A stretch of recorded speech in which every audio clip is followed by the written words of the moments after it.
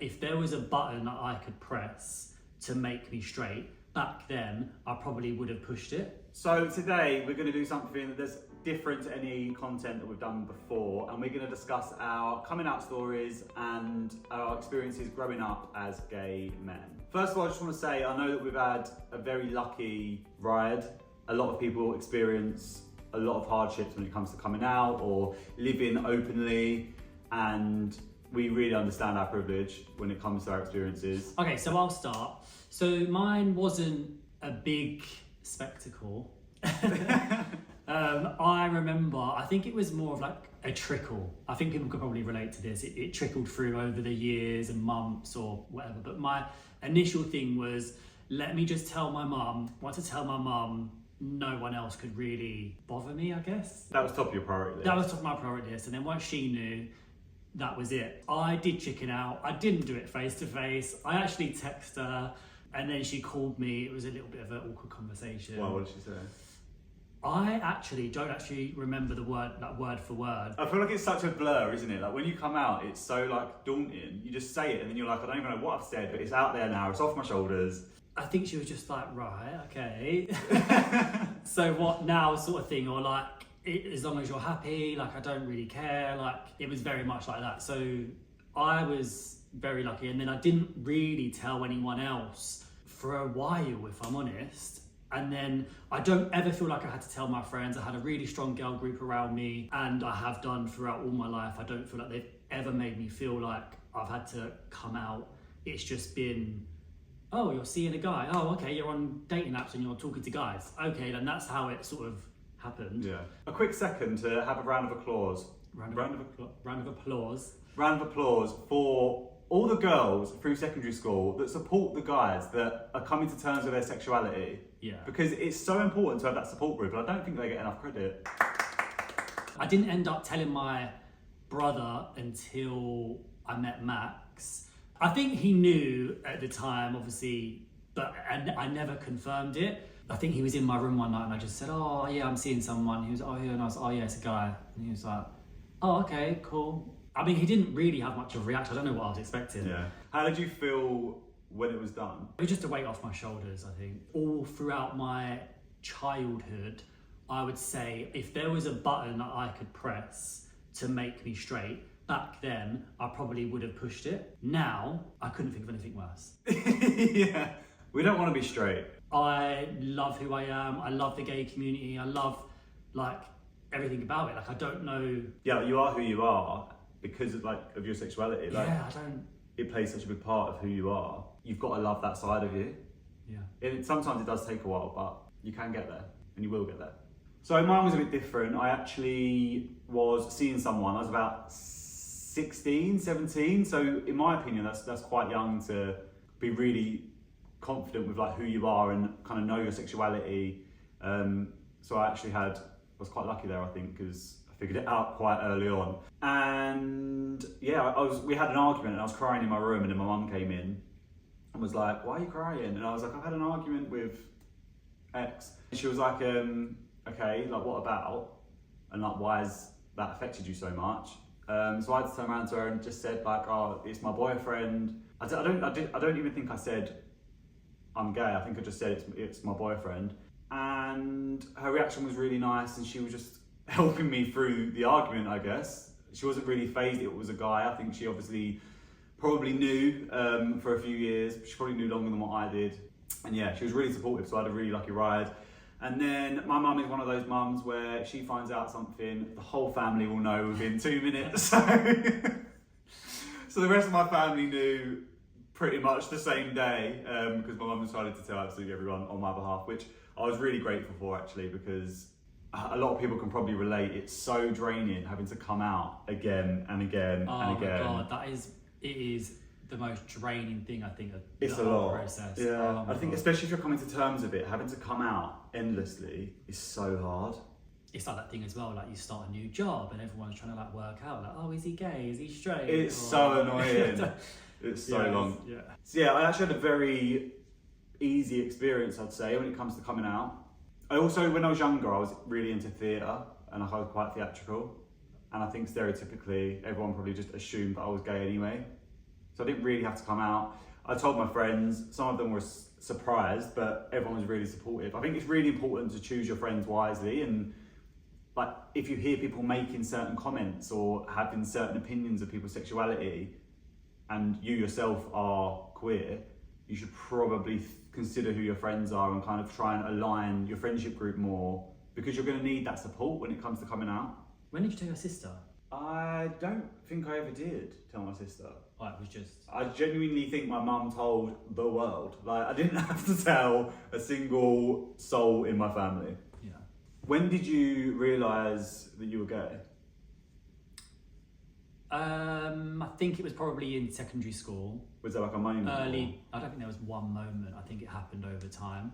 Do you think you always knew? Or do you think going into secondary school, all your hormones coming up, like, do you think that kind of... Yeah, I think it probably started in primary school when I had like a girlfriend, and like, I just don't think it was working the way it should have worked. The clocks weren't ticking. I don't know, and then it just progressed into secondary school, and I never really wanted to get into a relationship with a girl. And then I was like, okay, like why is that? What am I? What is this? Yeah. Am I gonna go ahead with this? Yeah. Like, oh no, I can be straight for the rest of my life, like it's fine. Or Yeah. you just don't really know. It's all very confusing, isn't it? I also think when you're younger, like we've spoken about this before quite a lot, but I think when you're younger, you don't really, especially for our generation, there wasn't a lot of representation online. Like online wasn't really a thing, was it?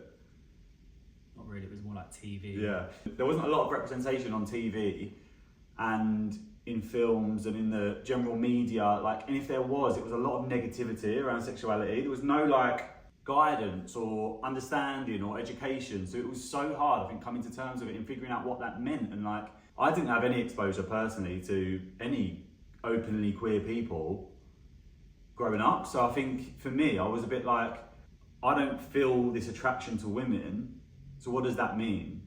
It wasn't just as easy as, oh, that must mean I'm gay.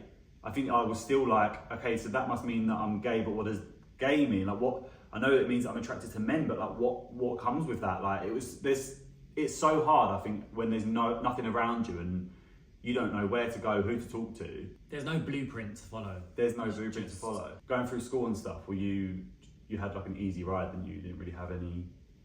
I think in school, I feel like I maybe had the odd comment like, "You're gay? Are you gay?" And like, I don't even think it was coming from like a bad place for them, from the whoever was asking. It was more so probably me being like, "Oh my god, no, I'm not." Like, "No, I'm not." Like, I'm not. Yeah. But it's like, it just, I think it's more you having the fear. But I reckon if I just turn around and like, "Yeah, I am what?" Like, I am what? That's the South East London coming out of me. So for me, I think I always knew that something was off. It took me a while to kind of figure out what that off meant. I met the first guy I was actually attracted to or had a bit of like a romantic connection with, that I was a bit like, okay, this 100%, I'm not into women. So yeah, that was, again, I was about 15, so... Did you ever think you was like bisexual? No. I think straight away. There was a confusing stage for sure where I was like, I want to have a family, I want to have a wife and kids, and for me I was like, okay, so that must mean that I do like women then, because I want a wife and kids and I want that like stereotypical setup. So I think there was definitely a confusing stage, but... Do you think that's just because it's been drummed into you through... 100%. Yeah. And again, it's because that's all I was seeing on TV, in films, in the media. All you see is that traditional family, a mum, a dad, a son, a daughter, maybe a dog. Yeah. In the early years of secondary school, the first kind of 2-3 years, my group was just girls that only had girlfriends. Yeah. So I think people, again, were a bit like, are you gay? And that's exactly it. Yeah, and then I'd be like... It's like the typical... No. Like, you automatically just say no. And then it wasn't until I kind of changed groups and got a bit of like a mixed group, men, boys and girls, those comments kind of stopped, which is so silly because there's so many straight men that are friends with women and they're never accused of being gay just because they're friends with girls. Like, it's a bit bizarre. And like, I know kids can be cruel. I genuinely believe like that some adults are worse than kids. Like, when it comes to comments, or they have such strong opinions, you're more moldable during secondary school and that kind of age. For anyone watching that is from maybe America, secondary school is the same as high school. Is that right? I don't know. We think. People's opinions can change, and like people get educated, and like if you're surrounded by certain people, you realise like, okay, this person isn't a monster just because they fancy men. Like, how did you feel after coming out? After coming out, I felt the biggest relief of my life. Like I've actually never experienced anything like it since. Just having that constant weight of like, I feel different, and then saying it out loud to someone, even if you just tell like a friend that you really trust. Just knowing that there's one person there that kind of understands or gets it or knows it, the relief is like nothing. Do you think it also feels like you're starting like life over again? 100%. Like it literally feels like, especially, 100%. I feel like it only gets better. Like the more, like the first high when you first come out is like, okay, great. And then I feel like it only gets better because you're learning this whole new, like you're learning about yourself all over again. But at an age where you can understand it a bit more. Yeah, 100%. And I know that like there's a lot of people that don't come out until later on in life. And I've spoken to so many friends that did come out maybe in their 30s. I've got friends in their 40s that come out in their 40s. And they kind of said the same thing, like it was like starting life again, and it was like the life they were meant to be living. And I just think if it's safe for you to do so, or if you're in an environment where you feel you can, accepting that part of yourself and openly telling people who you are is one of the most liberating feelings, for me at least, I think I've ever felt. What helped you kind of cope with coming out, or after you'd come out, like what was your kind of support system? So like for me, like after I came out, I had like a hobby, like I said, like I was really into like theatre, so I joined a theatre group, and I was surrounded by people that were so supportive, and I was doing something that I genuinely loved and something that I really enjoyed and made me really happy, and that kind of took away all of my struggles of like, who am I, how is this going to affect my life? Because I was just enjoying myself. And I think the biggest piece of advice I could ever give to anyone that's coming out or coming to terms with their sexuality is find something that you love, because you've got to enjoy life. And like, I know it feels so heavy, but it doesn't need to be like this massive like bubble consuming you. Like there's so much to live for and so much life to live and experience. Find what you love, pour everything into that, and it kind of takes away all that pressure and all that stress of this actually quite a small thing of your life, which is just your sexuality and who you're attracted to. What was your support system, and what helped you cope during that time? I think because I was telling people at different times of my life, just as it was as I was rolling with the times, I think I just hooked onto work and just threw myself into that.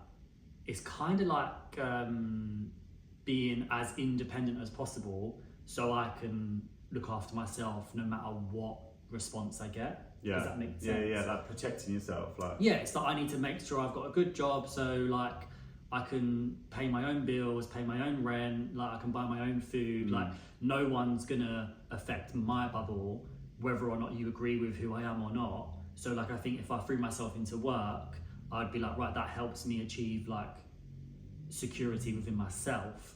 So anyone that I tell, it doesn't really matter what you're gonna say, because I'm good. You're fine no matter I'm what. fine. Like I can do this alone if need be. It's like you're self-supporting. Yeah. How has living openly now as a gay man impacted your life, or has it impacted your life, either positively or negatively? Has it impacted it at all? I would say we're very lucky given the city we live in, the people I surround myself with, you surround yourself with. I'd say we're quite lucky as a whole. What do you think? I'd agree. I think not everyone's story is going to be as like easy as how ours has been, and we are so grateful and we don't take it for granted at all, because we do really understand what people go through and how hard it is for some people to get to the point that we have managed to get to. And I think we're so lucky to have had such a positive experience and to be able to live openly, not in fear, not unsafe.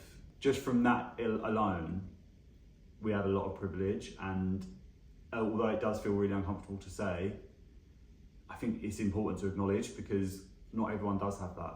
So those are our coming out stories, how we grew up, the experiences that we've had as gay men, living openly, out and proud. I've never said that phrase in my life. We wanted to share our experience just purely because a lot of what you see online or on TV, a lot of people's experiences can be really negative, and we just think it's really important to show the other side and like just kind of show people that it doesn't necessarily mean that just because you are queer or it has to be a dark experience. There is a light at the end of the tunnel. Yeah. And not everyone's experience is going to be smooth, not everyone's experience is going to be easy, but also not everyone's experience is going to be really hard and troubled. And lean into the community, like massively. Wow, like the community. The gay community, especially for us, I think is so supportive, and there's probably a lot of people that are watching this video that are from the gay community, and I think we just need to acknowledge that, and like the support that we give each other as gay men, I think is so big. Like you can feel it, like even just from comments on videos. Like I think it's beautiful. Is there anything you do differently or tell your younger self now? I would probably tell my younger self that don't be so scared, because although it feels terrifying, as soon as you accept it, and that is the most important thing, you accepting it, you get this kind of inner strength that like, although you're scared, you know that you've got to put one foot in front of the other and then make that jump of, okay, now I'm going to live my life because it's my life and I'm going to live it however I want to live it. I will just tell myself, although it's scary, just go for it. Only if you feel safe to do so. We understand that different countries, different situations, different living arrangements, some things it's not safe for you to do that, and it's horrible and it must be so difficult, but we've got to look after ourselves, we've got to look after each other. So we'd love to know what you would tell your younger self as someone coming to terms with their sexuality, or what advice you'd give to anyone kind of figuring out who they are or deciding whether or not to come out. Comment below And let us know. I've always wanted to do that.